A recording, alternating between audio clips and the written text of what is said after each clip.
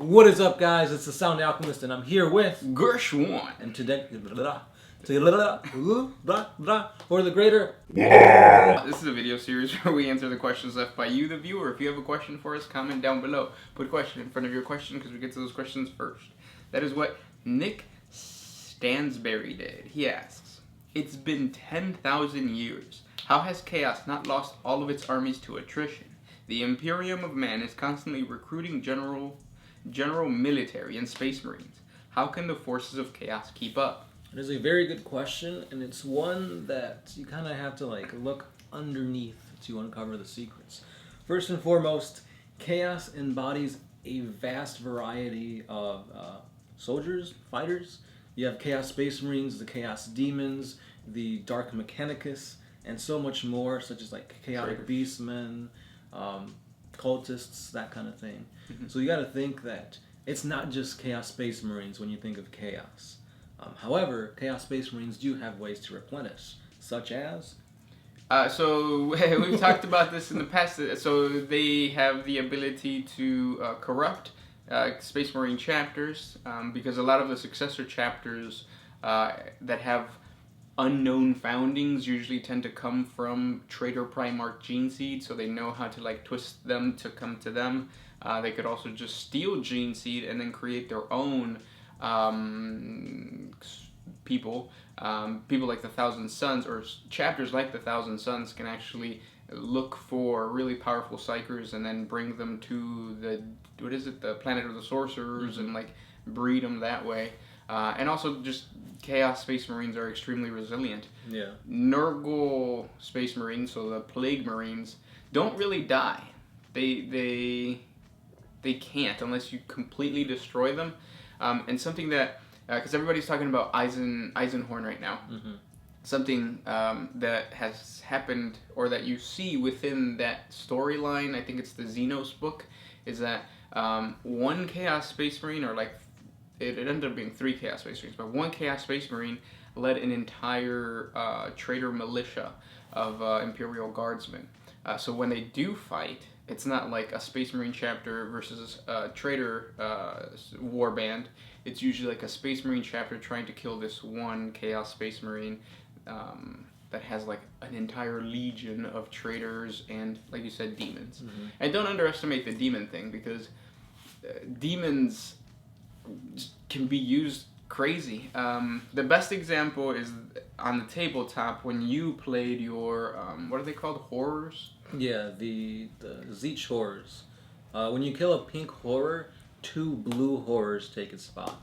And when you kill one of that blue horror, you get 2 more brimstone horrors. Yeah, so imagine that in the actual lore, where you have the Death Corps of Krieg going up against all of these horrors that just is it multiply? Yeah, they basically multiply, right? Say you have 20 horrors, you kill all of those, you're gonna have 40 blue horrors. You kill all of those, you're gonna have 80 brimstone horrors. Yeah, so in a war of attrition, the demons are extremely valuable. Yeah, and if you kill a demon, you're not actually killing the demon, you're just sending its essence back into the warp, which then will just come back into the material plane after, thousands of years or whatnot, depending on the strength of the demon itself. Yeah, I've had a lot of people comment on Instagram and here on YouTube that they are kind of mad that GW is focusing so much on having Chaos be such a threat to the Imperium, when the Tyranids, if you really look at it, are an even bigger threat. But you can kill a hive fleet. You mm-hmm. can completely eradicate a hive fleet.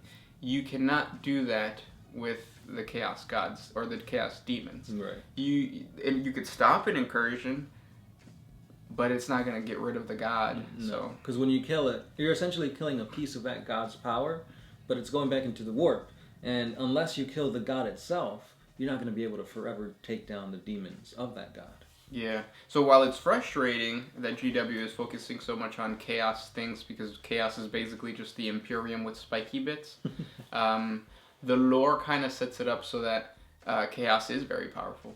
And 10,000 years is not very long for them to last, continuing to fight. Right. Especially if you're able to go into the warp, you could come out 10,000 years and be fighting the same demons you just killed. Yep. And the warp rift got big, or got bigger. So, yeah. Good question, though. Next one. Random clips. Can Eldar be blanks, or are there only human blanks? I think there's only human blanks. I don't think Eldars... Because the whole point of an Eldar is that they are very psychically powerful. Yeah. That's how they survive. That's how the Infinity Stones work. That's how their culture and society is structured. The only individuals that don't use psychic powers are the Dark Eldar. But the Dark Eldar don't use psychic powers because they run the risk of being consumed or found by Slanesh. So what they resort to is getting that warp or that power from suffering. Mm-hmm. Pain, pleasure, that kind of thing. But inside of them, it's still like there. Mm-hmm. They don't use it, but it's there. Think of that one creature from Fantastic Beasts and Where to Find Them or whatever. The boy who suppressed his magic and then exploded into just the black yeah fog thing. That's kind of like what a Dark Eldar is, except instead of turning into a black fog, you're just a sadistic person who likes to skin people. I think Ramsay Bolton from Game of Thrones. Robert Has Downs Jr. It's an Imperial 90s style dance-off. Gersh versus Sound Alchemist. Which Space Marine chapters will you be choosing in your squad? Space Marine chapters? Mm-hmm. Chapter or chapters? Okay, so first of all, my Space Marine chapter squad will be doing the dance-off that was in White Chicks. The one where they were going in the club. And the chapter that I would choose to be doing that little fandango would have to be the Iron Hands. Oh. Because they're just so, like, they're not going to have any emotion when doing it, and they got, like, robotic parts, so.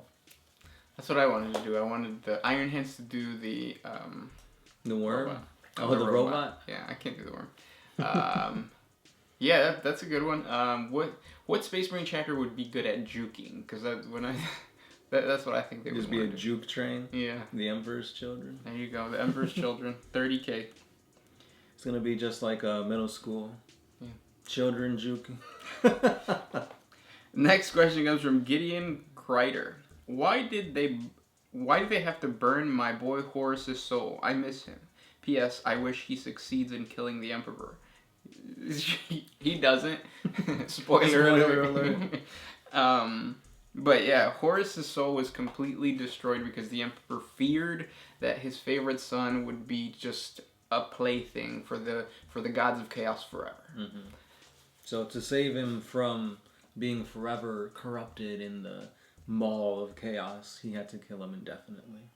Why didn't he do that to every one of the Traitor Primarchs? Because he doesn't care about him that much. Yeah, they're only tools for him. Yeah. This was just his favorite tool. Next one. Alemax 2020. Considering that the Tau looked strangely familiar to that of the Necron tier, and that the Tau advanced really quickly, could it be that the Tau are genetically modified descendants of the Necron tier, placed by someone like the Silent King? No, because they're not the same biologically. No. The Necron tier were, well, first one, they weren't hooved. They didn't have hooved feet. Number two, they were very tall, very like skinny and yeah, kind of like the Aircast Tau. And I think number three would be that the Necron tier are an ancient race, and the Tau are a fairly new race to the 40K universe. Mm-hmm. So in terms of time period, it's such a huge gap between the two. Yeah. It would be kind of a cool thing to play with, though, if you want to do that. If you want to say that the Silent King is coming back to like reveal himself as his as like their old ones basically. Mm-hmm. But yeah, it's up to you. We don't really agree, but you do you. Next question comes from Malcontent. How do the black ships traverse into the warp when they are chock full of blanks? Do they have some super elite navigator or some of the Emperor's ever-growing toenail clippings or something? So a blank has a sphere of influence, and the what are they called? Astropaths and the navigators are secluded on the bridge of these black ships. and those ships are protected from the nullifying powers, and then they can do that. And how do the ships work? They work like any other ship. They have a warp drive, and they have the Geller field, which I wonder if their Geller field is like extra strong because of all the blinks. It's probably a capital G Geller field. Next question. This one's by Lavender. Why is Alchemist so hot? LOL. Well, you see, it's been about 100 degrees for like the past 3 days, and it rained earlier, so it's like super humid, so that's probably why. Yes. Next question comes from Rebel_Noise. So what kind of event could get all of the remaining Loyalist Space Marine chapters to all rally behind one banner? Maybe a full-scale invasion of Terra? Or is there something in the Imperium who can just make it happen?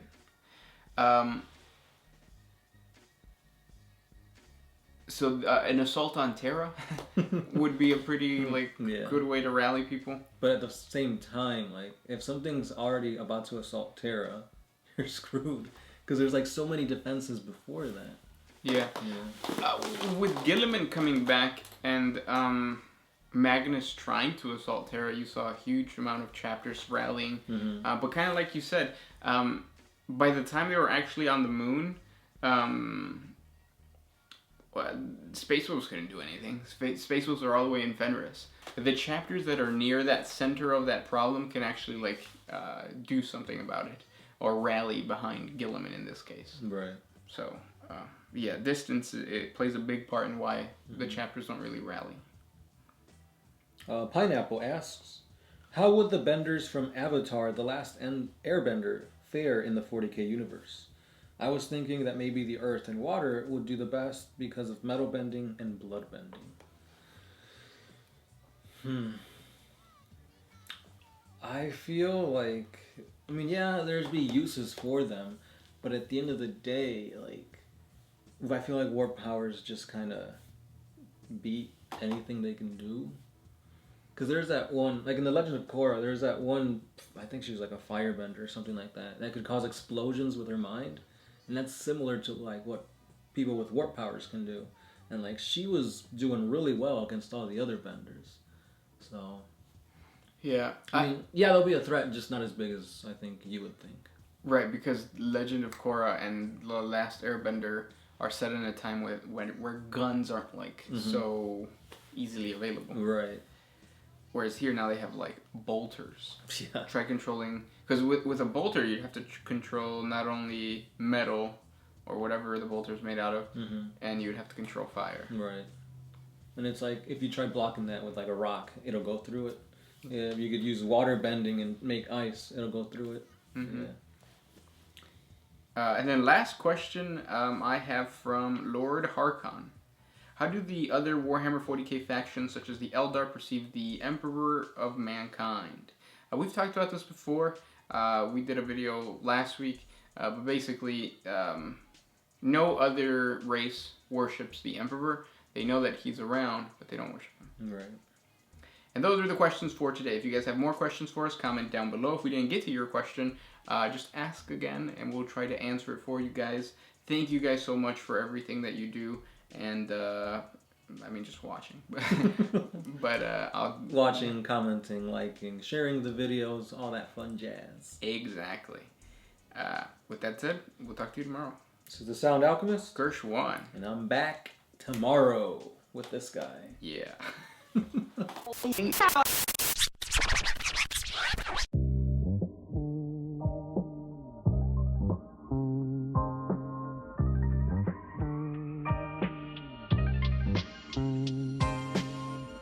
Always used to put my freedom first in any situation.